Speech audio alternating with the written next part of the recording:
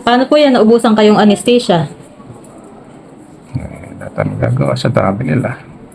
85 lang dapat naging 40. Pero nag-restock na po kayo ng mga supplies po natin, di po ba? Sa dami na nagpapatuloy. Kahit po dati, hindi talaga kayo nag-aano ng mga sponsors pag mga ganyang medical supplies na ginagamit nyo? Hindi, nakakaya mag-sponsor pa. Pero may maski pa paano po nagbibigay naman? Wala. Sino-shoulder nyo talaga lahat ng gastos? Minsan meron nabibigay galing sa akin. Pero bihira eh. Eh, bakit hindi kayo naghahanap po ng magdodonate?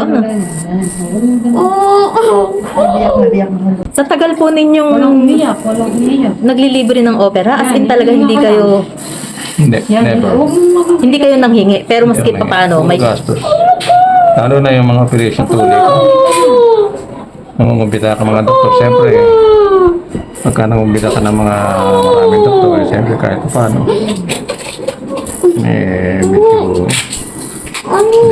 Medyo may gastos. Tapos natuloy ka na. Pakunti-kunti ginagawa natin. Minsan pinakamarami natin, di ba? Natuloy ka na. 50, 57, 58, 60. Ang karaniwan natin 30.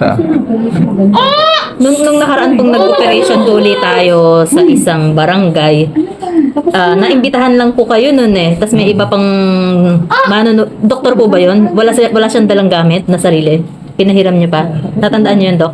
Oo, dyan sa Francis. Sa Lungos po, Lungos. Lungos din. Tsaka Francis din. Francis din.